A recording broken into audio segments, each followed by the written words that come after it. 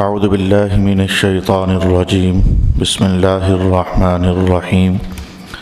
ووصینا الانسان بوالدیہ احسانا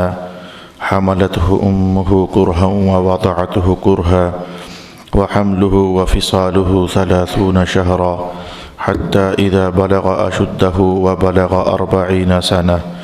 قال رب اوزعني ان اشكر نعمتك التي انعمت علي وعلى والدي وان اعمل صالحا ترضاه واصلح لي في ذريتي اني تبت اليك واني من المسلمين اولئك الذين نتقبل عنهم احسن ما عملوا ونتجاوز عن سيئاتهم في اصحاب الجنة وعد الصدق الذي كانوا يوعدون صدق اللہ مولانا العظیم الصلاة والسلام علیک یا سیدی یا رسول اللہ الصلاة والسلام علیک یا سیدی یا حبیب اللہ الصلاة والسلام علیک یا سیدی یا شفیع المذنبین وعلی آلک واصحابک یا سیدی یا رحمت للعالمین۔ اور ہم نے انسان کو یہی سمجھایا کہ وہ اپنے ماں باپ سے نیک سلوک کرے۔ اس کی ماں نے اسے پیٹ میں اٹھا کر کتنی تکلیف جھیلی اور اسے جنم دے کر کتنی تکلیف اٹھائی۔ اس کا اٹھائے رکھنا اور دودھ چھڑانا 30 مہینے لے گیا، یہاں تک کہ وہ جب طاقت اور سمجھ کی عمر کو جا پہنچا اور 40 سال کا ہوا تو بولا، اے میرے رب، مجھے شوق فراواں سے نواز کہ میں تیری نعمتوں کا شکر ادا کروں جو تو نے مجھ پر اور میرے ماں باپ پر انعام کی، اور میں اچھے کام بجا لاؤں جن پر تو راضی ہو، اور میری اولاد میں اصلاح رکھ۔ میں نے تیری طرف رجوع کیا اور بے شک میرا اعزاز ہے کہ میں مسلمان ہوں۔ یہ ہیں وہ لوگ جن کے تمام اعمال حسنہ ہم ان سے قبول کریں گے، یہ ان جنت والوں میں ہوں گے جن کی کمیوں اور کوتاہیوں سے ہم نے درگزر کر رکھا ہوگا۔ یہی وہ سچا وعدہ ہے جو ان سے کیا جاتا رہا۔ صدق اللہ مولانا العظیم۔ الصلاة والسلام علیک یا سیدی یا رسول اللہ، الصلاة والسلام علیک یا سیدی یا حبیب اللہ، الصلاة والسلام علیک یا سیدی یا شفیع المذنبین وعلی آلک واصحابک یا سیدی یا رحمت للعالمین۔ اللہ رب العالمین کے فضل اور اس کے کرم سے آج سورہ احقاف کی آیہ کریمہ نمبر 15 اور آیہ کریمہ نمبر 16 کی تلاوت نصیب ہوئی ہے۔ آیہ کریمہ نمبر 15 کے اندر اللہ تعالیٰ نے والدین کے متعلق چند احکامات ارشاد فرمائے ہیں، اور پھر ان میں سے ماں کے حوالے سے خاص کر کے چند باتیں ارشاد فرمائی ہیں۔ پہلی بات تو آج میں ترجمے سے لطافت محسوس کرنا چاہوں گا۔ عام طور پر ترجمہ اس کا یہی کیا جاتا ہے، وَوَصَّيْنَا الْإِنسَانَ، ہم نے انسان کو وصیت کی۔ لفظ ہی یہی پڑا ہوا ہے، وصینا، وصیت کی۔ اب وصیت کا بظاہر اس بات سے تعلق ہوتا ہے بظاہر کہ جب بندہ فوت ہونے لگتا ہے تو فوت ہونے سے پہلے جو کسی کے نام کچھ بات کر جاتا ہے کہ میرے مرنے کے بعد یہ کام کیا جائے اور یہ کام کیا جائے، اسے وصیت کے ساتھ تعبیر کیا جاتا ہے۔ پھر اللہ رب العالمین کی ذات والا شان چونکہ مرنے سے پاک ہے تو پھر وہاں کوئی نہ کوئی تعویل کر کے تو معنی حاصل کیا جاتا ہے۔ اس وقت میرے پاس جو ترجمہ موجود تھا شیخ محترم کا، اس میں آپ نے ارشاد فرمایا کہ ہم نے انسان کو سمجھایا۔ یہ بہت خوبصورت ترجمہ ہے۔ اس میں ہر اپنے احساس سے سمجھ رکھنے والے کے لیے لطافت کا احساس ہے کہ ہم نے انسان کو سمجھایا کہ اپنے والدین کے ساتھ حسن سلوک کرے۔ پھر اس کے بعد ایک چیز اور 2 چیز اور 3 چیز جو ہم نے آیت سے حاصل کرنے کی کوشش کرنی ہے وہ یہ ہے کہ اللہ تعالیٰ نے والدہ کے حوالے سے اور ہماری ماؤں کے حوالے سے یہ بات ارشاد فرمائی کہ تمہاری ماں نے تمہارے ساتھ کیا کیا مہربانیاں کی ہیں۔ ایک تو یہ تھا کہ جب تم اپنی والدہ کے پیٹ میں تھے تو 9 ماہ تک تمہاری والدہ، نارمل حالات یہی ہیں کہ تمہیں پیٹ میں بوجھ بنا کر اٹھا کر پھرتی رہی، خاص کر کے جب گھر کے کام کاج بھی کرنے پڑتے ہیں سفر بھی طے کرنے پڑتے ہیں۔ یقینی سی بات ہے کہ یہ انسان، کسی بھی انسان کے لیے بوجھل ہو کر چلنا اور بوجھل ہو کر کوئی کام کرنا، آپ یوں کہہ لیں کہ وزن اٹھا کر کوئی کام کرنا، آپ بھی محسوس کرتے ہیں کہ ایک تکلیف دہ عمل ہوتا ہے۔ بعض اوقات کام کرتے کرتے آپ تو اور ہم تو ایسے ہیں کہ بازو بھی ٹانگ لیتے ہیں، جیکٹیں بھی اتار دیتے ہیں، یہ وزن بھی برداشت نہیں ہوتا ہے، لیکن ماں کیا کرتی، کہاں جاتی؟ رب کائنات نے کہا ہم نے جو نظم و ضبط رکھا جو ہوا ہے ماں کے لیے، تو 9 ماہ تک صبر کے ساتھ وہ تمہیں اپنے پیٹ میں اٹھا کر کے تو تمہاری زندگی، اس زندگی کی پرورش کرتی رہی۔ اور صرف اتنا ہی نہیں کہ بوجھ اٹھائے رکھا، اتنا ہی نہیں کہ بوجھ اٹھائے رکھا، قرآن حکیم نے بھی کہا ہے اور حدیث رسالت آپ میں بھی کہ تمہاری ماں جو کچھ بھی کھاتی ہوتی تھی وہ اندر سے تم کھا جاتے ہوتے تھے۔ یعنی جو انسانی وجود ماں کے پیٹ میں ہوتا ہے وہ بغیر خوراک کے تو وہ تربیت نہیں پاتا ہے، بغیر خوراک کے تو بڑا نہیں ہوتا ہے، اس کی گروتھ، اس کی نشو و نما، یقیناً اس کے لیے خوراک کی ضرورت ہوتی ہے۔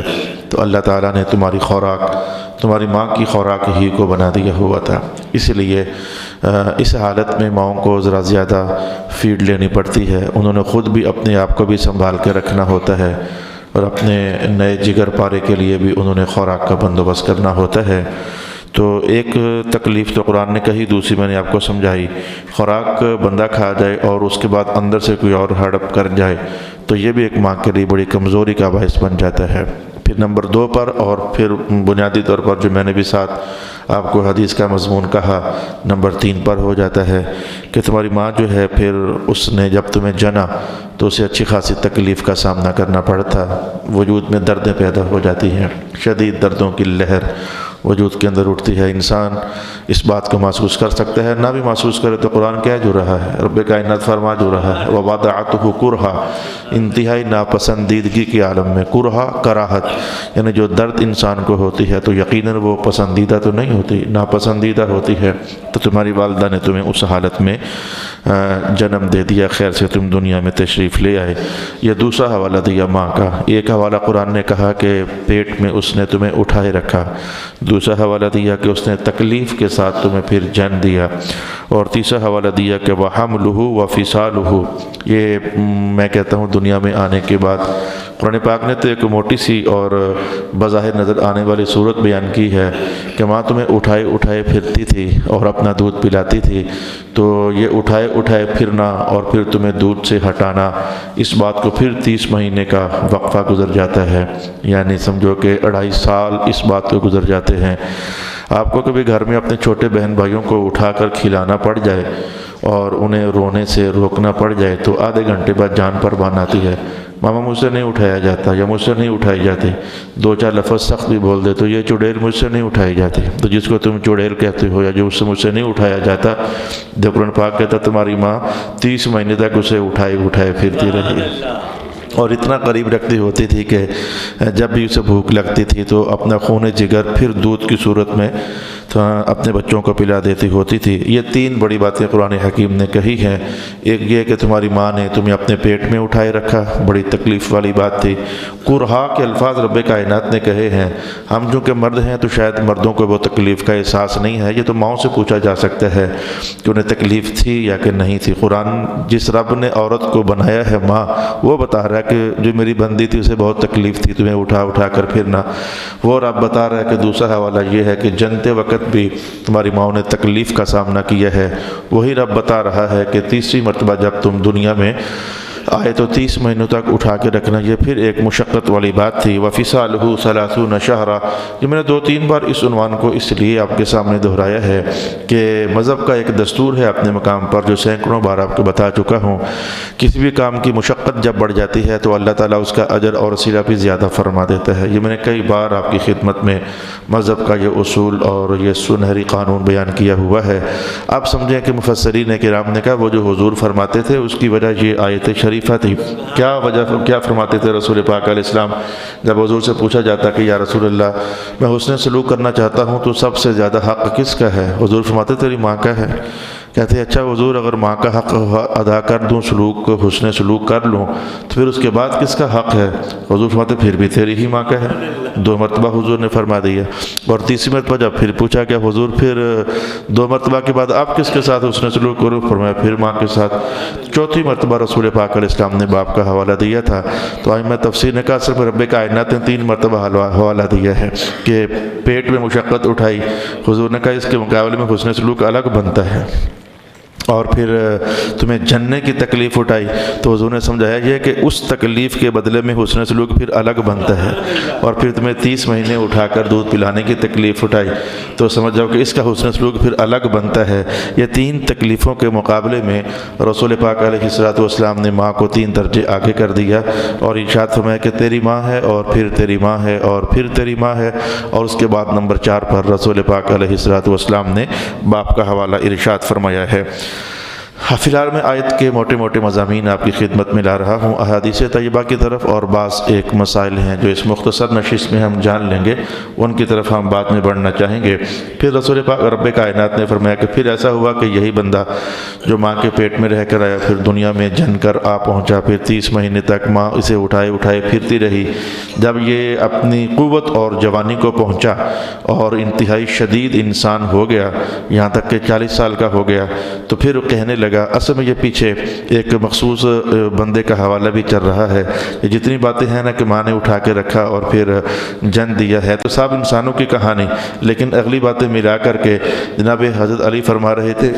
اور جناب ابن عباس فرما رہے تھے، تمہیں سمجھنا چاہیے کہ سمجھایا سب کو جا رہا ہے، لیکن آیت کے الفاظ کے نقاب کے پیچھے دیکھو جناب ابو بکر کی کہانی چل رہی ہے۔ جناب علی فرمایا کرتے تھے اور جناب عبداللہ ابن عباس رضی اللہ تعالی عنہما ارشاد فرمایا کرتے تھے، قال، یہ پھر 40 سال کے جب ہوئے صاحب، کوئی بھی صاحب لیکن خاص کر کے یہ جن کا حوالہ چل رہا ہے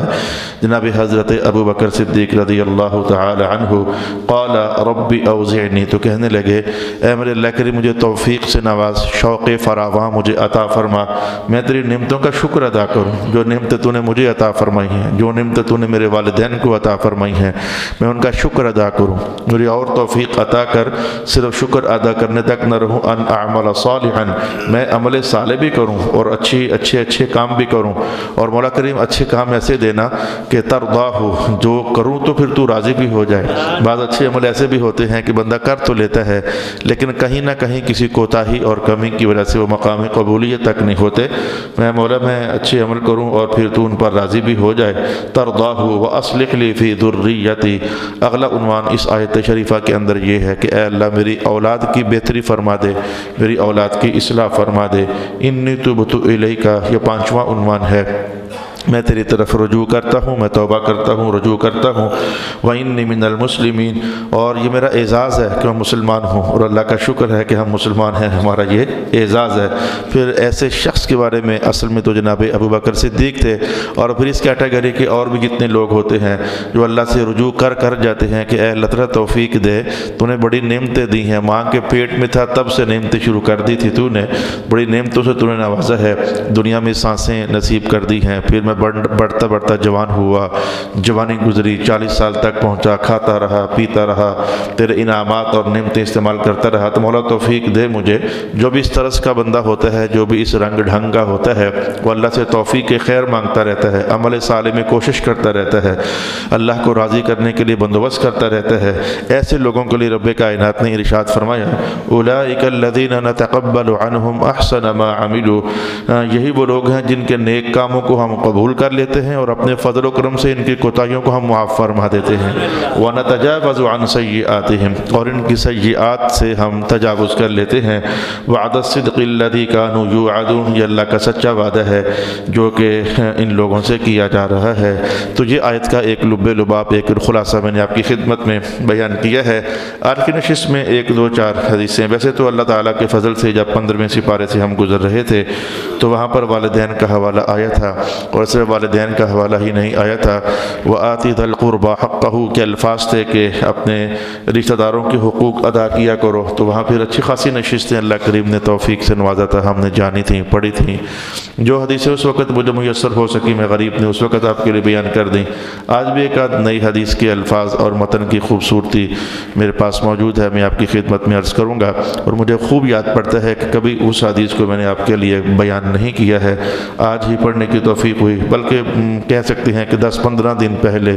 اللہ کریم نے مجھے پڑھنے کی توفیق عطا فرمائی والدین کے حوالے سے۔ عرض کرنا چاہوں گا والدین کے حوالے سے 1-2 حدیثیں تو ہم وہی جان لیں گے، یعنی ہم اس وقت جتنے بھی بچے لوگ بیٹھے ہیں جن کے باپ زندہ ہیں، جن کی مائیں زندہ ہیں، انہیں ان کے زندہ رہنے سے اور زندہ ہونے سے فائدہ اٹھا لینا چاہیے۔ مثلا ایک حدیث ہم یہ جاننا چاہیں گے کہ اللہ ماں، میں تو یہ کہتا ہوں جو میں نے کہا کہ 30 مہینے ماں اٹھا کر پھرتی رہی، ان 30 مہینوں کے اندر بھی اگر آپ کہیں غور کریں نا، اللہ اکبر اللہ اکبر، کئی بار ایسا بھی ہوا تھا، یعنی یہ حدیث پڑھ کر مجھے گھروں کی کہانیاں یاد آتی ہیں۔ ہماری اماں جان بھی تو ماؤں میں سے ایک ماں ہی تھیں، تو کئی بار ایسا ہوا تھا گھر میں سالن جب ختم ہو جاتا تو تھوڑا کوئی ہوتا تھا جو بس کوئی 1-2 ہی کھا سکتے تھے، تو ماں یہ کہہ کر تمہیں دے دیتی ہوتی تھی میرا آج کھانے کو دل نہیں کر رہا ہے، وہ تمہیں دے دیتی ہوتی تھی، اور روٹی کو نمک کے ساتھ کھا لیتی ہوتی تھی، یا روٹی کو ویسے ہی وہ دیچکی کے ساتھ لگو کر کھا لیتی۔ یہ تکلیفیں ہیں یہ بھی تو ماں نے صحیح ہوئی ہیں۔ یہ تکلیف کا حوالہ مجھے اس لیے یاد آ گیا کہ یہ حدیث کے الفاظ ہیں کہ رسول پاک صلی اللہ علیہ وآلہ وسلم گھر تشریف فرما نہیں تھے، کہیں گئے ہوئے تھے، واپس تشریف لائے تو گھر میں پیچھے ایک واقعہ پیش آ گیا تھا، اور اس واقعہ کو حضرت ام المؤمنین سیدہ عائشہ رضی اللہ عنہا نے ارشاد فرمایا، کہنے لگی یا رسول اللہ آج ایک عورت آئی تھی تو مجھ سے کسی شے کا سوال کر رہی تھی، اس کے ساتھ 2 اس کی بیٹیاں بھی تھیں، تو مجھے ایک کھجور ہی ملی اپنے گھر میں، میں نے وہ کھجور اس کو دے دی، تو اس نے وہ کھجور خود نہ کھائی، 2 حصوں میں بانٹ کر آدھی اس بیٹی کو دے دی اور آدھی اس بیٹی کو دے دی۔ یہ ہے جو ماؤں کی یہ قربانیاں ہیں، باپوں کی جو یہ قربانیاں ہیں، یہ قدیم زمانوں سے چلی آ رہی ہیں کہ خود نہ کھانا اور اپنے بچوں کو کھلا دینا۔ تو رسول پاک علیہ السلام نے جب یہ واقعہ سنا کہ اس نے خود نہیں کھایا تھا لیکن اپنی بچیوں کو کھلا دیا تھا، تو رسول پاک علیہ السلام نے فرمایا کہ ماں کا جو یہ ایثار ہے نا بچیوں کے لیے، قیامت والے دن اس کی یہ دونوں بچیاں اس کے درمیان اور دوزخ کے درمیان حجاب بن جائیں گی، اور اس کے لیے جنت کا فیصلہ رب کائنات نے کر دیا ہوا ہے۔ تو ایسا تو ماں زندگی بھر اپنے بچوں کے ساتھ کرتی رہتی ہے، بچے جوان بھی ہو جائیں تب بھی ماں اس طرح کے ایثار جو ہیں وہ تو کرتی ہی رہتی ہیں۔ یا پھر بچوں کو بھی سمجھ آنی چاہیے کہ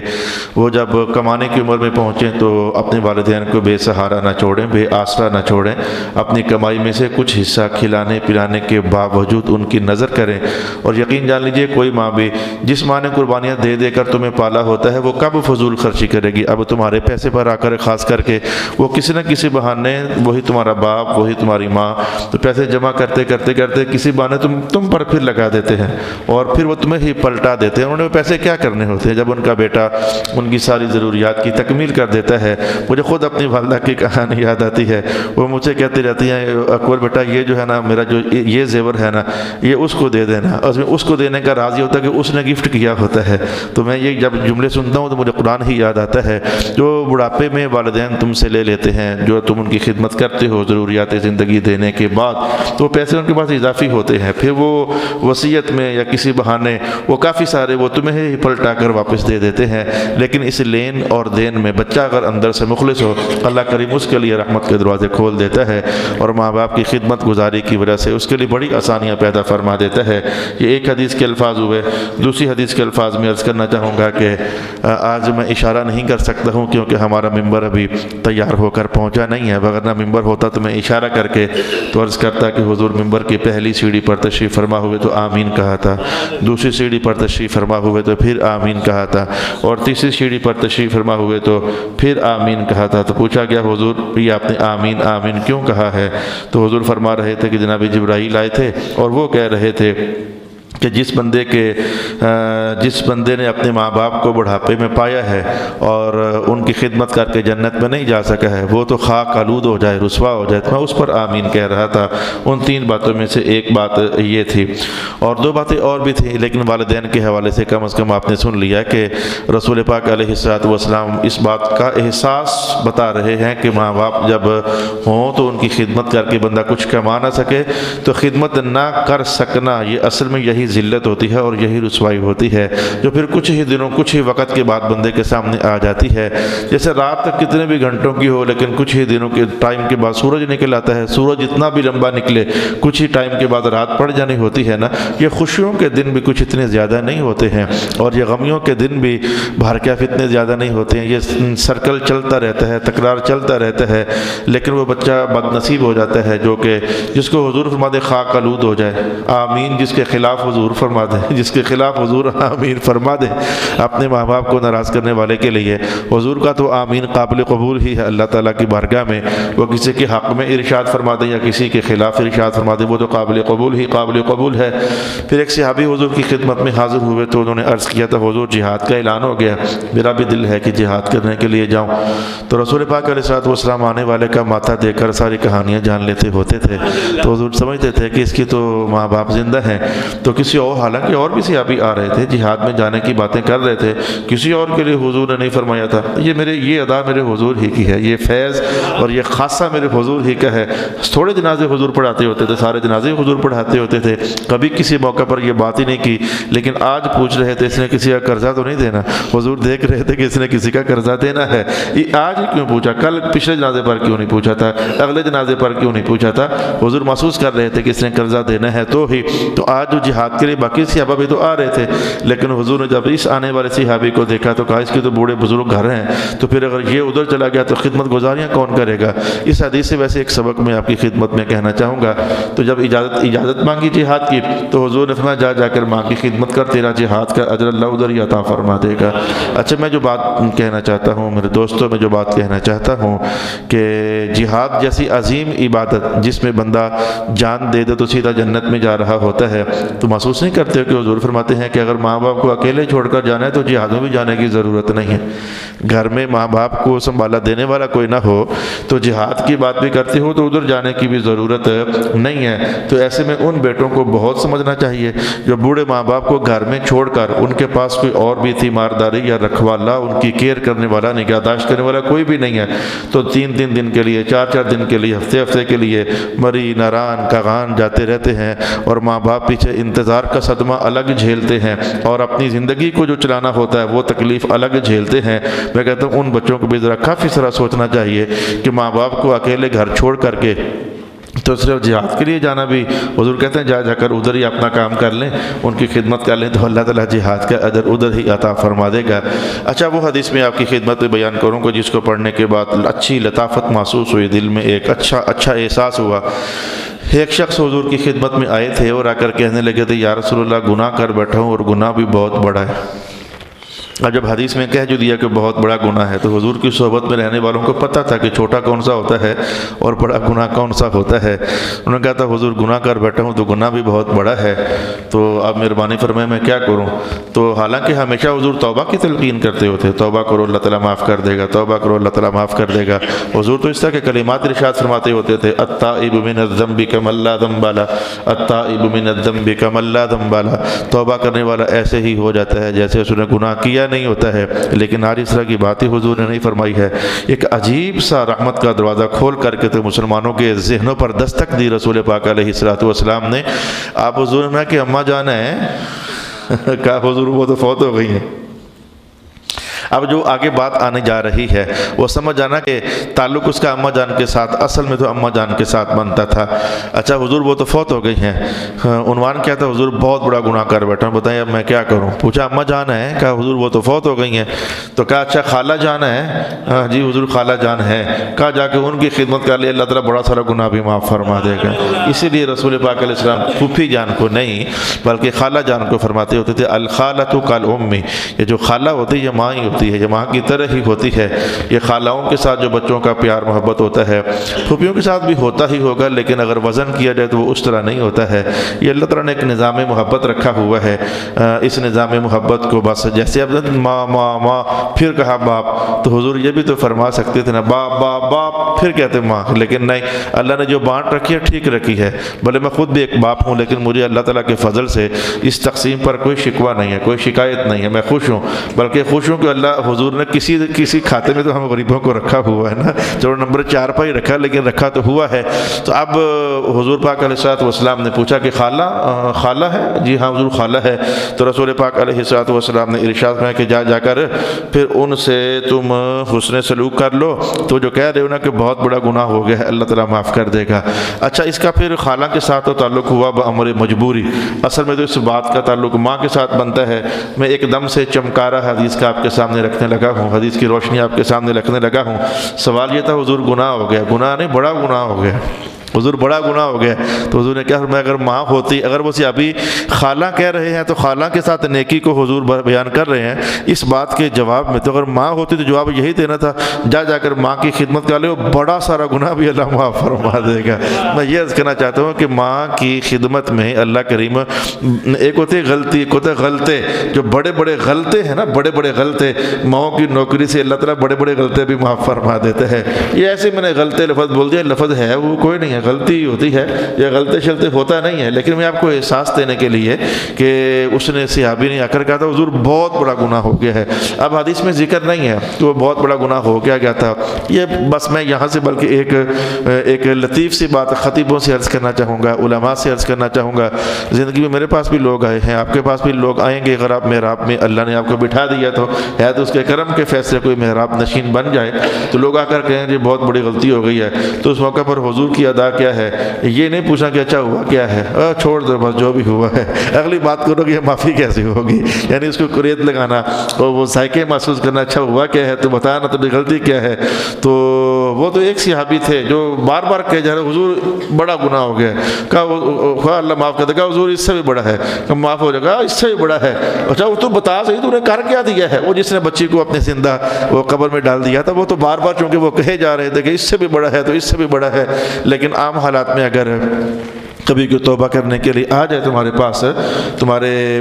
کاشانہ پیار محبت میں, میں عرض کرنا چاہوں گا کرو دو مت, بس ٹھیک ہے, خاموشی کے ساتھ پردے ڈالو, چادریں ڈالو, توبہ کر یار, اللہ تعالیٰ معاف کرنے والا ہے. یہ چلتے چلتے یہ باریک سبق بھی آپ کو حاصل کرنا چاہیے. میں اگلی حدیث کے الفاظ آپ کی خدمت میں عرض کرنے جا رہا ہوں. جناب مالک بن ربیعہ فرماتے ہیں کہ ہم حضور کی خدمت میں بیٹھے ہوئے تھے, بنو سلمہ قبیلے کا ایک شخص حاضر ہوا تھا اور اس نے آ کر کہا تھا یا رسول اللہ میرے والد بھی فوت ہو گئے ہیں اور میری والدہ بھی فوت ہو گئی ہیں, اب میں ان کے لیے کیا کروں, حضور مجھے کچھ بتائیں, ان کی بخشش کا میں کیا اہتمام کروں. تو رسول پاک علیہ الصلوۃ والسلام نے فرمایا تھا کہ ایسا کہ ایک تو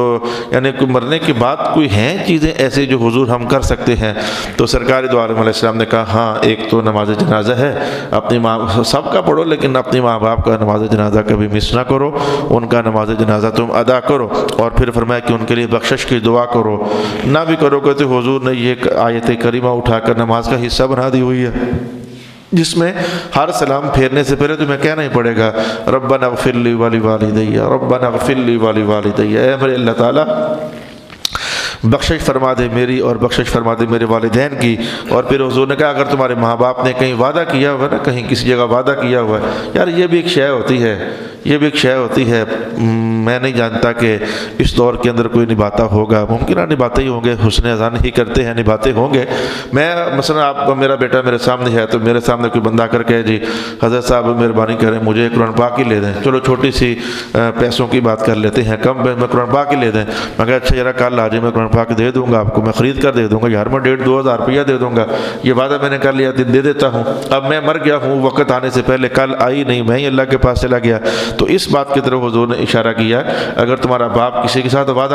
کر دیتا ہے اور تمہیں پتہ ہے کہ باپ نے کچھ لین دین کا وعدہ کیا ہوا ہے, تو اچھا ایسا کر مرنے کے بعد اپنے باپ کے کیے ہوئے اس وعدے کو نبھا دے, اللہ تیرے باپ کی روح کو خوش فرما دے گا. ماں نے اگر وعدہ کیا ہوا تو ماں کو بھی. یہ جناب ابو بکر صدیق سے رضی اللہ تعالی عنہ جب بھی یہ عنوان چلے گا مجھے جناب صدیق اکبر کبھی نہیں بھولتے ہیں. آپ حضور کے وصال پر ملال کے بعد اعلان کیا کرتے تھے اگر کسی کے ساتھ حضور نے کوئی دینے کا وعدہ کیا ہوا ہے وہ آ کر مجھے بتا دے, وعدہ حضور کا ہے نبھا میں دوں گا اور میں اس کی خدمت کر دوں گا, اس کا مال دے دوں گا. جب بھی یہ عنوان چلے گا جناب صدیق اکبر, چونکہ پہلے خلیفہ ہی وہ تھے, تو جو مسلمانوں کا خلیفہ ہوتا ہے اس کو بڑی اتھارٹیز ہوتی ہیں, اس کے بڑی ذمہ داریاں بھی ہوتی ہیں. یہ ہر بندہ اپنی محبت سے کر دے تو کر دے, وغیرہ باہر کے خلیفہ نے تو نبھانا ہوتا ہے. تو اگر بیٹے کو پتہ لگ جائے, یا یوں کہہ لو کہ اگر بیٹے کو یہ بات پتہ لگ جائے کہ میرا والد زندگی میں یہ لین دین تھا اوروں کے ساتھ کرتا ہوتا تھا, تو اگر زندگی کے بعد بھی جاری رکھے تو اللہ تعالیٰ اس کے والدین کو بارکہ قبر کے اندر حسن سلوک کی بہتر جزا عطا فرماتا رہتا ہے. اور پھر ماں کے رشتہ داروں کے ساتھ اور باپ کے رشتہ داروں کے ساتھ حسن سلوک کرنے کی بات بھی حضور نے والدین کے ادب آداب ہی میں ارشاد فرما دی, بلکہ آپ نے تو دوستوں کی اپنے تو دوستوں کے والد کے دوستوں کو بھی نبھانے کی، والد کے دوستوں کو بھی نبھاؤ کرنے کی تلقین ارشاد فرما دی حضور۔ تو پھر حضور صلی اللہ علیہ وسلم یعنی یہ کام حضور کریں یہ حضور ہی کو سزاوار ہے۔ ہم اگر عزت کے دائرے میں رہ کر کریں تو اچھی بات ہے، ورنہ مشکل کام ہے۔ جو ایسی مجھے بات یاد آ رہی ہے، یعنی سرکار دو عالم علیہ السلام حضرت خدیجہ الکبریٰ رضی اللہ تعالی عنہا کے وصال کے بعد جب بھی کوئی بکرا وغیرہ ذبح کرتے یا کچھ لین دین کرنا چاہتے تو جناب خدیجہ کی سہیلیاں جہاں جہاں ہوتی تھیں ان کو تحفے دیا کرتے تھے، کہتے میری بیوی کی یاد میں تمہیں تحفے دے رہا ہوں۔ میں نے کہا یہ حضور کا مقام ہے، ہمارے ماحول میں حالات اچھے نہیں ہیں، ہم اپنی بیوی کی سہیلیوں کو تحفے دیں، ان کے مرنے کے بعد یہ حالات بدل جاتے ہیں، خراب ہو جاتے ہیں۔ ان کے ہوتے ہوئے چلو حضور کی اس ادا کا فیض بھی کہیں تو کبھی تو کما لینا چاہیے، کبھی تو کما لینا چاہیے۔ یہ حدیث چونکہ میں نے آپ کو بتانی تھی تو اللہ میں چند دن پہلے میں نے کہا میں اس حدیث کی برکت سے کہتا ہوں کہ آپ اپنی سہیلیوں کو آج گھر سے یہ تحفے بھجوا دیں۔ میں نے جا کر یہ حدیث پاک بتانی تھی تو پھر کچھ تحفے دلوا کر کے تو میں نے کہا ویسے تو جناب خدیجہ کے فوت ہونے کے بعد تھی، لیکن ہمارے مسائل ہیں کہ فوت ہونے کے بعد عورتوں سے ریلیشنز ہم نہیں بنا سکتے ہیں، تو آپ کچھ نہ کچھ دے دیں تاکہ اس حدیث کی عمل کی کوئی نہ کوئی سبیل اور راستہ بن جائے۔ دوسرے مقام پر رسول پاک علیہ الصلوۃ والسلام یہ بھی فرماتے ہوتے تھے والدین فوت ہو جائیں تو ہر جمعے کو تو کم از کم ان کی زیارت کے لیے جایا کرو، ہر جمعے کو ان کی زیارت کے لیے جایا کرو۔ یہ وہی ممکن ہو پاتا ہے کہ جہاں بچہ بھی اسی شہر میں ہو اور والدین بھی اسی شہر میں مدفون ہو جائیں۔ بچہ بیٹھا ہوا ہو جاپان، باپ ہو ادھر پاکستان میں، تو کدھر ہر جمعے کو جایا جا سکتا ہے، مشکلات ہو جاتی ہیں۔ تو اپنے والدین کی قبر پر ہر جمعے کو جانا حضور کی تلقینات میں سے ہے، والدین کے ادب آداب میں سے ہے۔ اور پھر حضور فرماتے ہوتے یہ بات تو فرماتے ہوتے کہ صلی لہما مع صلاتک وصم لہما مع صومک، نفلی طور پر ایسا کر اپنی نماز پڑھنے کے بعد کبھی 2-4 رکعتیں اپنی ماں باپ کے لیے بھی پڑھ لیا کر، کبھی 2-4 رکعتیں اپنے باپ کے لیے بھی کر لیا کر، 2-4 روزے کبھی نفلی طور پر ان کے لیے بھی رکھ لیا کر۔ حج کی بات بھی آئی ہوئی ہے، عمرے کی بات بھی آئی ہوئی ہے، یہ ساری چیزیں ہیں۔ الغرض مرنے کے بعد بھی یہ محبتوں کا سلسلہ، یہ ادب آداب کا سلسلہ، یہ والدین کی خدمت گزاری کا سلسلہ، یہ بہرکیف رسول پاک صلی اللہ علیہ وآلہ وسلم نے رکھا ہوا ہے۔ حج کے موقع پر تو یعنی جو حج کا عنوان ہے اس میں تو نئے الفاظ پڑھنے نصیب ہوئے،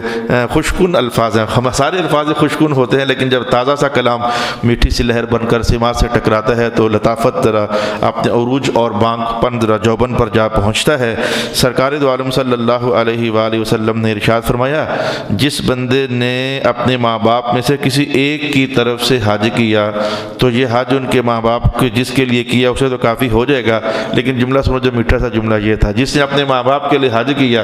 تو اس کے ماں باپ کی روح کو آسمانوں پر بشارت دی جاتی ہے تیرے بچے نے تیرے لیے حج کیا ہے۔ یعنی روح آسمانوں پر اس کے ماں باپ کو یہ بات کہی جاتی ہے کہ تیرے بچے نے تیرے لیے حج کیا ہے۔ اور پھر وہ جو بیٹا ہوتا ہے وہ اللہ کے ہاں نیک لکھا جاتا ہے۔ اور حدیث سے ایک دوسری حدیث کے الفاظ میں نے یہ پڑھے اللہ تعالیٰ کے فضل سے کہ جس بچے نے اپنے ماں باپ کے لیے حج کیا ہے، ماں باپ کو تو ایک حج کا ثواب ہو گیا ہے، لیکن بچے کا یہ ایثار پیسہ اپنا لگا کر محنت اپنی کر کے اپنے ماں باپ کے لیے حج کرتا ہے تو اللہ تعالیٰ فرشتوں کو فرماتا ہے ماں باپ کے لیے اس نے ایک حج کیا ہے تم اس بچے کے لیے 7 حج لکھ دو۔ اس نے 7 حج کیے ہوئے ہیں۔ اللہ اکبر اللہ اکبر۔ ہیں خوش بخت لوگ ماشاءاللہ جن کو اللہ توفیق سے نواز دیتا ہے، وہ اپنے ماں باپ کے لیے حج بھی کرتے رہتے ہیں اور ایسے بندے کے لیے 7 حج لکھ دیے جاتے ہیں۔ آج کی نشست میں میں نے چند باتیں والدین کے ادب آداب کے حوالے سے، چونکہ عنوان آیا تھا وَوَصَّيْنَا الْإِنسَانَ بِوَالِدَيْهِ إِحْسَانًا، ہم نے انسان کو سمجھا دیا ہے کہ ماں باپ کے ساتھ ہمیشہ حسن سلوک ہی کرنا ہے۔ ایک صحابی ابو الطفیل کہتے ہیں کہ ایک بار حضور نے اونٹ ذبح کیا تو اونٹ ذبح کر کے تو بانٹ رہے تھے، گوشت بانٹ رہے تھے، اور میری ڈیوٹی یہ تھی کہ جہاں جہاں ہڈیاں پڑی ہوئی ہیں نا ہڈیاں اکٹھی کرو۔ یہ جب جانور ذبح ہوتے تو بڑی ڈیوٹیاں ہوتی ہیں، چمڑا اٹھا کر کون دور کر کے آئے گا، وہ جو کون پھینکا رہے گا۔ تو ابو الطفیل کہتے ہیں میری ڈیوٹی حضور نے لگائی ہڈیاں اکٹھیاں کرو۔ وہ اونٹ کی ہڈیاں میں اکٹھیاں کر رہا تھا، ہڈیاں اکٹھے کرتے تھے۔ کوئی ایک عورت سی آئی، جب وہ حضور کے پاس آئی تو حضور پاک علیہ السلام نے گوشت بانٹنا چھوڑ دیا،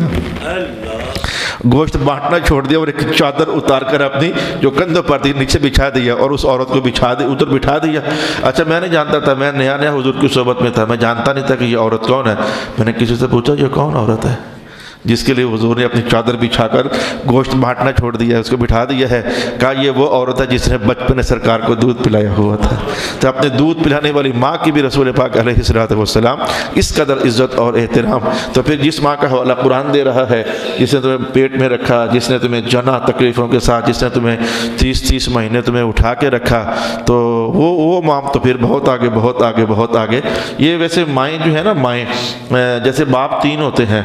جیسے باپ 3 ہوتے ہیں اور مائیں بھی ایسے ہی 3 ہوتی ہیں۔ میں آپ کو بتاؤں، مائیں 4 بھی ہو سکتی ہیں، باپ 3 سے زیادہ نہیں ہو سکتے، لیکن مائیں 4 بھی ہو سکتی ہیں۔ یہ کیا اچانک مجھے یاد آ گیا کچھ ہے، یعنی حضور پاک علیہ الصلوۃ والسلام، میں کیا سمجھاؤں، وہ تو ہوتا ہے ایک جس کی بیٹی کے ساتھ تم شادی کرتے ہو، تمہارا سسر صاحب، وہ بھی تمہارا باپ ہی ہوتا ہے۔ 2 باپ ہو گئے، تیسرا حضور نے فرمایا کہ جو تمہیں میرا دین سکھاتا وہ بھی تمہارا باپ ہو گیا۔ اچھا مائیں 4 ہو سکتی ہیں، یہ عجیب بات ہے، مائیں 4 ہو سکتی ہیں۔ ایک تو اگر کوئی عورت ہے، اس نے کسی عورت کو دین پڑھا دیا، تو اس حدیث کے مطابق وہ تو اس کی ماں ہی لگی۔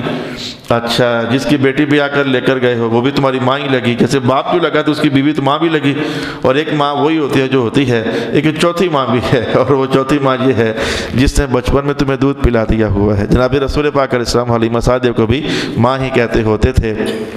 جن خواتین نے حضور کو دودھ پلایا تھا۔ لیکن میں یہ جملہ آج میں نے اس لیے بولا ہے کہ ٹھیک ہے کہ یہ بھی باپ ہے، یہ بھی باپ ہے، یہ بھی باپ ہے، یہ بھی ماں ہے، یہ بھی ماں ہے، یہ بھی ماں ہے، یہ بھی ماں ہے، لیکن وہ جو سارے حقوق ہیں نا، بڑے بڑے سارے حقوق، وہ جو اصلی ماں ہوتی ہے، یہ اس کے لیے قرآن پاک نے ارشاد فرمائے ہوئے ہیں۔ باقی ماؤں کی عزت کرو، احترام کرو۔ آپ کہتے ہو کہ یہ قرآن پاک نے کہاں کہہ دیا؟ اور بھائی میرے، یہ وراثت تقسیم ہونی ہے تو رضائی ماں کو کچھ بھی نہیں ملنا ہے، وراثت تقسیم ہونی ہے تو ساس صاحبہ کو کچھ بھی نہیں ملنا ہے، یہ وراثت تقسیم ہونی ہے تو ہماری بیٹیوں کی جو استانی صاحبہ ہیں تو ماں ان کی، لیکن انہیں کچھ نہیں ملنا ہے۔ وراثت تقسیم ہونی ہے تو جو تمہارا استاد ہے، اسے وراثت میں سے کچھ بھی نہیں ملنا ہے، اور جو تمہارا سسر ہے، اسے کچھ بھی نہیں ملنا ہے۔ جو بڑے بڑے احکام ہیں نا، وہ سارے کے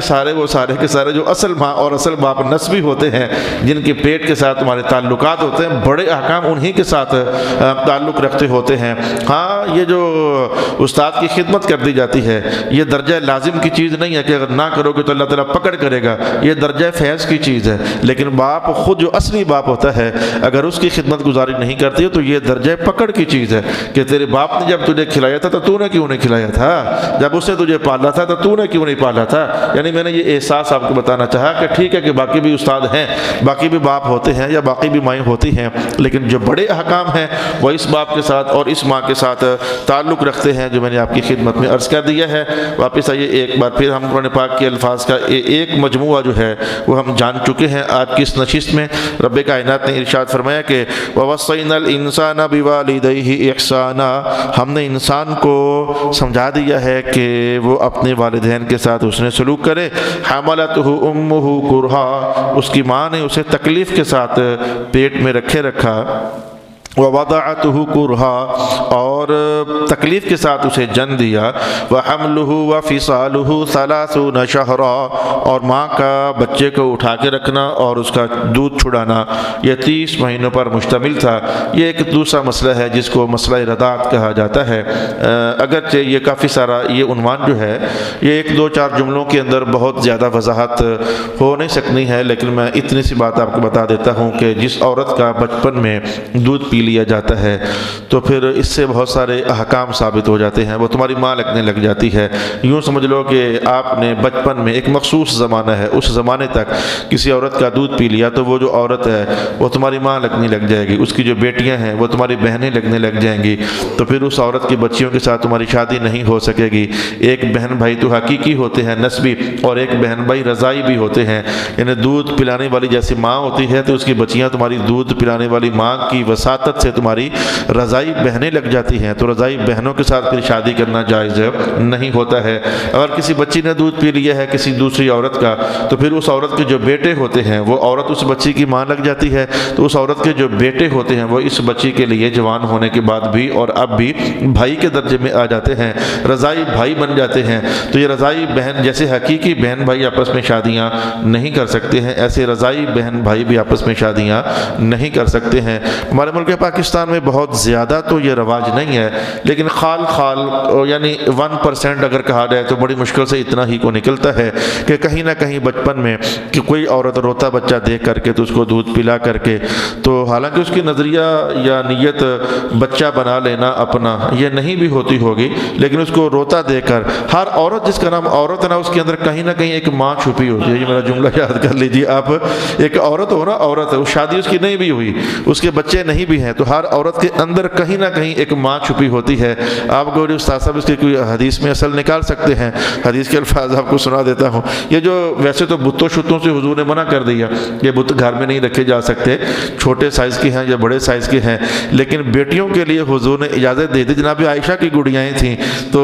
کم عمر میں چونکہ حضور کے پاس تشریف لے آئی تھیں، تو بچیوں کو گڑیاؤں کے ساتھ کھیلنے کی حضور نے اجازت دی۔ جس کو گڑیا کہتے ہیں، ہوتی تو وہ بت ہی ہے، چھوٹا سا بت ہی ہوتا ہے۔ اس پر محدثین نے کہا ہے کہ وہ جو بچیاں ہوتی ہیں نا، تو ان کو گڑیاؤں سے کھیلنے کی اس لیے اجازت ہے کہ ان کے اندر بھی ایک ماں چھپی ہوتی ہے کہیں نہ کہیں۔ وہ چھوٹی بچیوں کے اندر بھی وہ انہیں گڑیاؤں کو ہی نہلاتی رہیں گی، دہلاتی رہیں گی، ان کے بالوں میں کنگھی کرتی رہیں گی، ان کے کپڑے چینج کرتی رہیں گی، کبھی سویٹر پہنائیں گی، کبھی سویٹر اتاریں گی، ان کے شوز اتار کر کے صاف کریں گی۔ یہ ہر عورت کے اندر کہیں نہ کہیں ماں ایک چھپی ہوتی ہے۔ تو یہ بعض اوقات عورتیں دودھ پلا دیتی ہیں تو بڑے ہو کر ان کے لیے مسائل پیدا ہو جاتے ہیں، وہ کم علم کی بنیاد پر یا لاشعوری کی بنیاد پر۔ پھر وہ چاہتے ہیں کہ جب شادیوں کا عنوان چلتا ہے تو کہیں نہ کہیں کان میں بات آ جاتی ہے کہ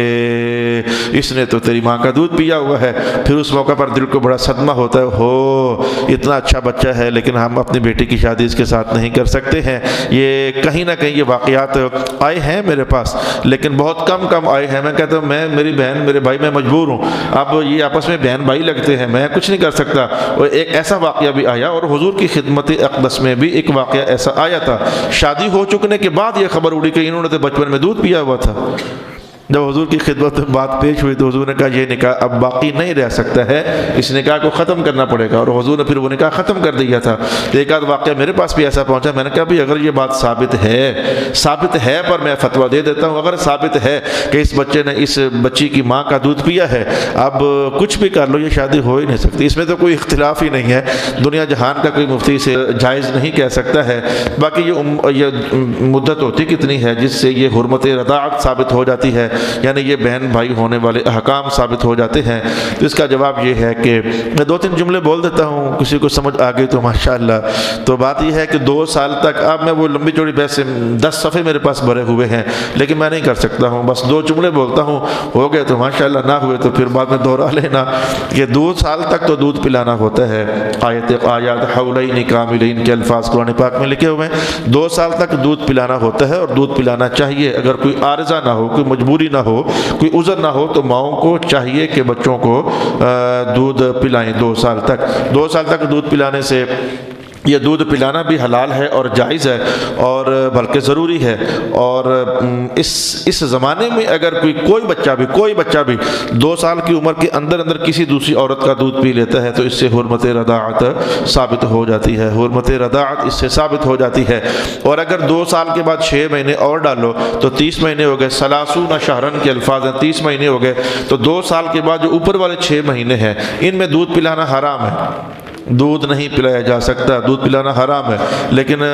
حرمت رضاعت پھر بھی ثابت ہو جائے گی، یعنی کہ بچہ 2.25 سال کا ہے، 2.5 سال کا ہے، تو کسی عورت نے دودھ پلا دیا ہے تو یہ حرام کام، لیکن یہ بہر کیف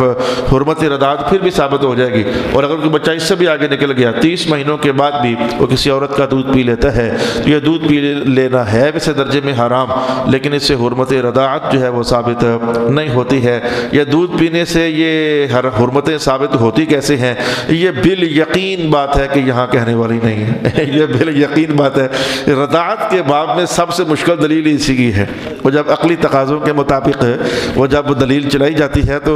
لڑکے بھی کافی سارے گھوم گھام جاتے ہیں، تو استاد بھی بعض اوقات گھوم جاتا ہے، وہ سمجھاتے رضاعت کے باب میں سب سے مشکل دلیل جو ہے اسی مسئلے کی ہے کہ یہ حرمت ثابت ہوتی کیسے ہے۔ تیسری بڑی بات ہے، سونے ہو چند دن پہلے ایک حدیث آپ کو بتائی تھی، قرآن پاک نے کیا کہا؟ جب بندہ اشد ہو جاتا ہے، پیک پر جا جا پہنچتا ہے، یا اللہ تعالیٰ بندہ کتنی کو عمر ہو جائے تو پیک پر جا پہنچتا ہے. کہا بالغ 40 سنۃ، جب بندہ 40 سال کا ہو گیا سمجھو پہنچ گیا پیک پر. جب بندہ پہاڑ کی چوٹی پر چڑھ جائے نا پھر مزید اوپر نہیں چڑھ سکتا، پھر اب مزید ایک قدم بھی آگے جائے گا تو اسے نیچے آنا ہے. اب میری بات آپ سمجھ گئے ہیں، چوٹی پر جا کر پیک پر جا کر اب ایک قدم بھی آگے اٹھایا نا، اب اوپر نہیں، اب آپ کو نیچے آنا پڑے گا. تو 40 سال کے بعد بندہ نیچے آنا شروع ہو جاتا ہے.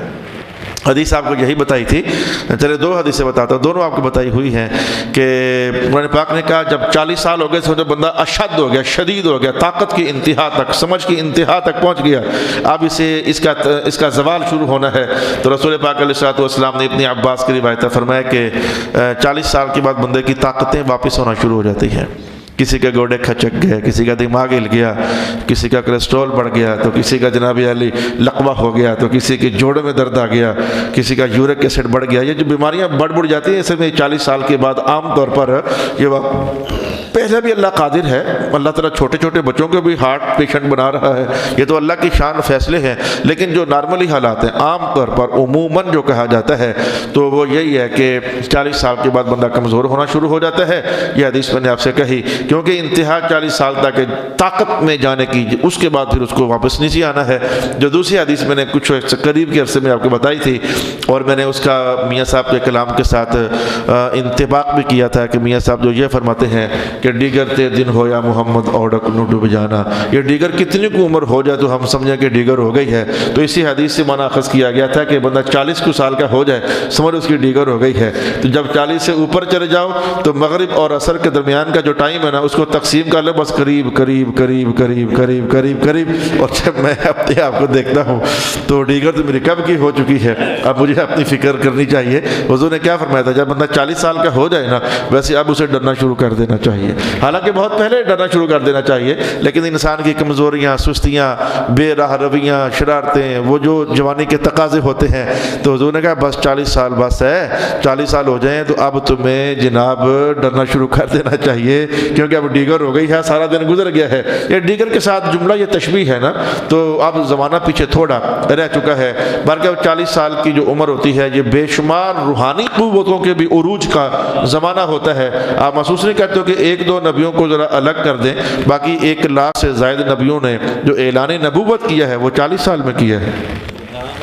یہ 40 سال کا زمانہ ہر طرح کی قوت کے لیے عروج کا زمانہ ہوتا ہے. 40 سال کا زمانہ، میں سب بزرگوں کی بات نہیں کرتا، ہر بزرگوں کا اپنا دستور عمل ہوتا ہے،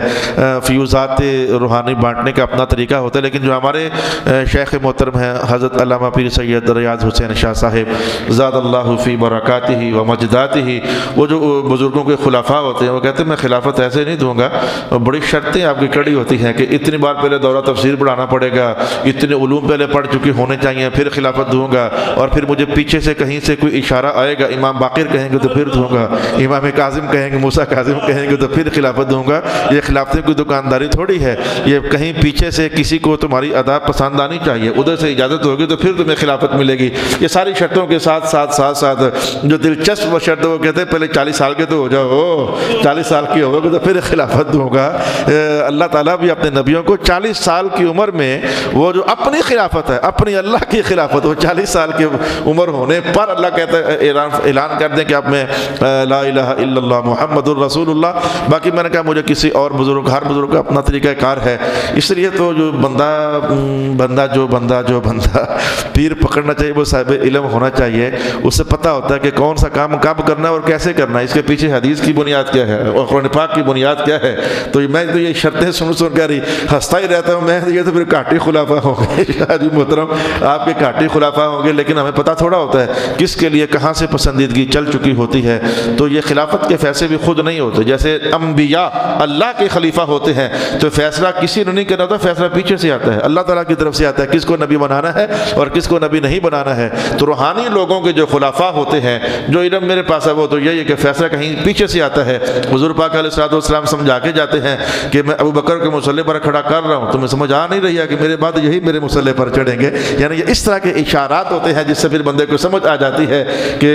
پھر کون تو پھر کون تو پھر کون. پھر جناب عمر کے لیے اپنے حجرہ پاک میں اجازت دے کر جانا, یہ اس طرح کے اشارے ہوتے ہیں کہ عمر کے بعد ابو بکر کے بعد پھر جناب عمر ہوں گے, اور جناب عثمان ابن عفان کو 2 صاحبزادیاں دے دینا. یہ اشارات سمجھ نہیں آتے ہیں کہ ان کا بھی کہیں نہ کہیں ادھر یہ حوالہ ہے خلافت کی دنیا میں. اور جناب علی تو پھر جناب علی ہے, ان کے لیے اشارے نہیں, اشاروں کا پورا شہر ہے, ان کی تو اشاروں کا پورا شہر ہے. حضور پاک علیہ الصلوۃ والسلام فرماتے ہیں کہ نبیوں کی نبوت کی تاجوری اللہ نے مجھے عطا فرمائی ہوئی ہے, ولیوں کی ولایت کی تاجوری اللہ نے جناب علی کو عطا فرمائی ہوئی ہے صلی اللہ علیہ وسلم. میں خاتم الانبیاء ہوں, اور میرے علی بھائی جو ہیں حضور دیکھ رہے تھے, اور نام تک بتایا کہ بعد میں آئیں گے اور انہیں مہدی کہا جائے گا, اور جو خاتم الاولیاء ہوں گے وہ علی کے بیٹے مہدی ہوں گے. یہ حدیث کا بیان نہیں ہے, حضور کی نظر کی تاثیر کا بیان ہے, جسے مجدد الفسانی رضی اللہ تعالی عنہ نے ارشاد فرمایا. تو آج یہ اس آیت ذرا لمبی تھی, اب میں اس کو ذرا سمیٹ دیتا ہوں. کافی دنوں کے بعد, بلکہ کافی زمانوں کے بعد, 1.5 کے بعد جب سے مسجد بننا شروع ہوئی ہے, تو عشاء کا درس ہمارا جو ہے وہ مغرب کے بعد, عشاء کے بعد والا, وہ اتنے زیادہ منٹوں میں داخل ہو رہا ہے. اللہ تعالیٰ کرے گا اگلے زمانوں کے اندر حالات بہتر ہوں گے تو انشاءاللہ 2-4 منٹ ہم اپنا سبق بڑھائیں گے. آج اس ایک آیت کو نبھاتے مجھے مجبوری بنی ہوئی ہے, درمیان میں چھوڑ کر جاؤں تو کہاں جاؤں, بھاگ تو میں سکتا نہیں ہوں. اگلی بار پھر آدھی آیت کدھر بیان کروں گا. وَبَلَغَ 40 سَنَةً, تو پھر جب بندہ 40 سال کا ہو جائے تو پہلے بھی ٹو لگاتے رکھنی چاہیے. وہ جو کہا کہ در جوان نے توبہ کردن شیوائے پیغمبری, وہ تو کرتے رہنا چاہیے, لیکن 40 سال کے بعد جناب ابو بکر اللہ کے حضور دعا کرتے ہیں, اوزعنی ان اشکر نعمتک التی, اے اللہ کریم جو تو نے نعمتیں عطا فرمائی مجھے توفیق دے, ان کا شکریہ بھی تو ادا کروں نا. تو اللہ کی نعمتوں کے شکریہ کی طرف بندے کو بڑھنا, یہ زندگی بھر حضرت سعدی بھی کیا, میں جناب سعدی کو بہت پسند کرتا ہوں. ان کا جو کلام ہے صوفیانہ,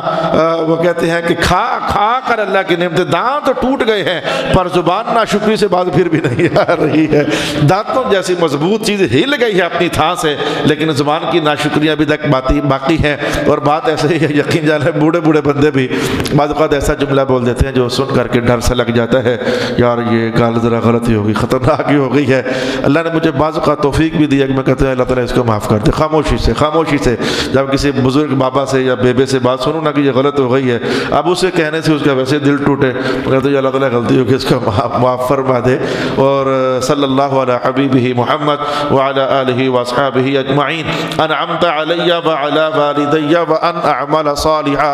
اللہ سے یہ دعا کرنی چاہیے کہ اے اللہ تعالیٰ مجھے عمل صالح کی توفیق عطا فرما. جناب ابو بکر نے دعا کی اور اللہ کریم نے پھر ان سے جو اعمال صالحہ, آپ کو پتہ ہے کہ ہجرت کی رات, جناب یہ اس عمل صالح کا کیا کریں, ہجرت کی رات حضور کے ساتھ جانا, غار صاف کرنا, اور جناب رسول پاک علیہ الصلوۃ والسلام کے لیے اپنے کپڑے پھاڑ کر کے تو کھڈوں میں ڈالنا, کوئی کیڑا پتنگا نہ نکل آئے, ایک کھڈ رہ جائے تو وہاں اپنی ایڑی لگا دینا, سانپ کے ڈنگ کھانا, اور حضور کا مبارک سر اپنی جھولی میں رکھنا. جناب عمر کو جب یہ ساری کہانیاں پتہ چلی, بتایا کہ عمر ایسے ہوا تھا, تو جناب عمر بھی کیا تاجر تھے, کہنے لگے وہ ابو بکر بھائی, عمر کی زندگی بھر کی ساری نیکیاں تو لے لے, وہ غار والی رات میرے نام کرتے وہ غار والی رات جو ہے وہ میرے نام کرتے, تو نے کیا کمائیاں کی ہیں کہ جناب ابو بکر کی ایک نیکی پر جناب عمر جیسے بندے کہتے ہیں کہ ساری نیکیاں لے لے, لیکن یہ غار والی نیکی جو ہے وہ میرے حوالے کر دے. اور پھر آپ کی یہ دعا قبول ہوئی جناب ابو بکر صدیق کی کہ اللہ تعالیٰ توفیق دے, اچھے عمل کروں, میں اچھے کام کروں. غلاموں کو آزاد کرتے, پتہ لگ جاتا کہ کسی جگہ پر کوئی بندہ مسلمان ہو گیا پر ہے غلام, بڑی مار کھا رہا ہے, چپ کر کے جاتے ہو, جا کر کہتے ہیں ہاں بھی کیا ریٹ لے گا, ہاں اتنے پیسے لوں گے, پیسے لے کر آزاد کر دیتے. یہ بات آپ کے متعلق مشہور ہو چکی تھی, کوئی غلام مسلمان ہو جائے تو یہ جو ہیں یہ خرید کر آزاد کر دیتے ہیں. جناب بلال کا جب موقع بنا تو پہنچ گئے, بلال کی آقا کے پاس پہنچ گئے, تو وہ بھی ایسا خبیث آدمی تھا, اس نے کوئی ڈبل ٹرپل اس سے بھی اوپر کا ریٹ مانگا. ابو بکر سن کر ڈر جائے گا, آپ نے کوئی سودا بازی نہیں کی, پیسے جتنے منہ مانگے قیمت دے کر بلال کو لے کر آزاد کر دے, حضور کی بارگاہ میں بٹھا دیا. مکے میں یہ شور ڈال رہا تھا, بڑے گھاٹے کا سودا کر کے آیا ہے, اتنا سستا سا غلام اتنا مہنگا خرید لایا ہے. اور پیچھے قرآن آ رہا تھا کہ یہ گھاٹے کا سودا نہیں, اللہ کو پسند آ چکا ہوا سودا ہے. کسی نے یہ بھی کہا تھا کہ لگتا ہے کہ ان پر کسی کا احسان ہے بلال کا, تو اس احسان کے بدلے میں ان کو آزاد کیا جا رہا. کوئی احسان شیطان نہیں, رب کائنات نے کہا یہ ہماری محبت میں آزاد کروا رہے ہیں, ان پر کسی کا اور کا احسان ہے نہیں ہے. تو بڑی بڑی نیکیاں, میں کہتا ہوں آپ کو یاد ہے کہ کسی زمانے میں, پرانے زمانے میں ایک حدیث آپ کو بتائی تھی, مجلس صحابہ, اور حضور یہ جملہ پوچھتے ہیں آئے کس نے روزہ رکھا ہے؟ تو حدیث میں جو بیان آتا ہے وہ کوئی نہ بولا، رکھا بھی تھا تو نہ بولا، میں نہیں پتا کہ رکھا ہی نہیں تھا تو اس لیے نہیں بولا کوئی، یا رکھا تھا تو لیکن نہیں بولا میں نہیں، لیکن حدیث میں یہ تو آتا ہے کہ یس سر جناب، وہ جو ہم یس سر کا لفظ بولتے ہیں وہ ادھر کہ یار ادھر کہ وہاں تو جناب یا رسول اللہ، حضور میں نے نعم یا رسول اللہ، ہمارے یس سر ادھر کے ہے لیکن یہ نعم یا رسول اللہ۔ پھر حضور نے دوسرا جملہ بولا آج کسی نے جنازہ پڑھا ہے؟ نعم یا رسول اللہ۔ جناب ابو بکر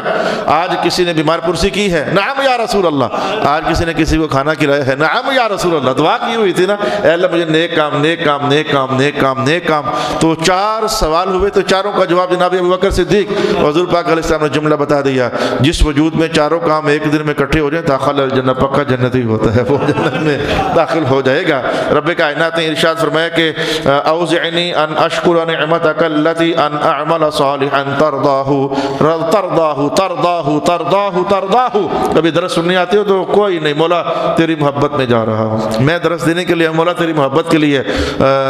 درس دینے کے لیے جا رہا ہوں۔ آیتیں پڑھیں گے، کوئی ٹوٹے پھوٹے سوچ کے مطابق 2-4 معانی سیکھیں گے، اللہ کریم تیری محبت کی خاطر جاتا ہوں۔ جنازہ پڑھنے جاؤ، جنازے پڑھانے جاؤ، وہ اللہ کی محبت کی خاطر جاؤ۔ ترضاہ، مولا تو راضی کیسے ہوگا؟ تو یہ اللہ کی رضا کی خاطر جو کام کیے جاتے ہیں وہ یقین جانو کہ اگر وہ مٹی کی ایک چٹکی بھی ہو نا، یہ کسی حدیث کی بنیاد پر کہہ رہا ہوں، مٹی کی ایک چٹکی بھی ہو، کھجور کی ایک پھاک بھی ہو، یہ جملہ بھی کسی حدیث کی بنیاد پر میں کہہ رہا ہوں، پانی کا ایک گھونٹ بھی ہو اور وہ بھی بندے کو نہیں کتے کے بچے کو ہو، میں کہتا ہوں تو اللہ کی محبت کی خاطر کی ہوئی وہ نیکی بھی حضور گواہی دیتے ہیں کہ پانی پلایا تھا کتے کے بچے کے پر جنت میں داخل ہو چکا ہے وہ بندہ۔ تو اللہ کی محبت کی خاطر نیکیوں کی بڑی شان ہوتی ہے، بڑی شان ہوتی ہے، بڑا مقام ہوتا ہے، اور اللہ یہ مقام کسی کو عطا فرما دے کہ جو کرنا ہے مولا تجھے راضی کرنے کے لیے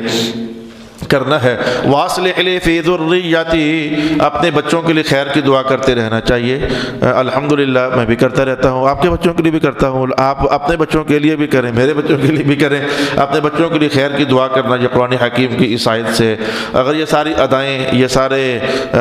حسن عمل کی سوغاتیں اللہ کریم نصیب فرما دے تو رب کائنات کا یہ وہ لوگ ہوتے ہیں، پھر یہ وہ لوگ ہوتے ہیں کہ جن کی سیئات سے ہم تجاوز کر کے ہم انہیں جنت عطا فرما دیتے ہوتے ہیں۔ وعد الصدق، میں کہتا ہوں حالانکہ بندہ یہ سوچتا ہے، بندہ اللہ کی تو ہر بات ہی پکی ہوتی ہے، سچی ہوتی ہے، لیکن کیا کرے اللہ تعالیٰ کہتا ہے پکا وعدہ ہے میرا، یہ سچی بات ہے، میں کہہ رہا ہوں کہ ایسے بندوں کی جو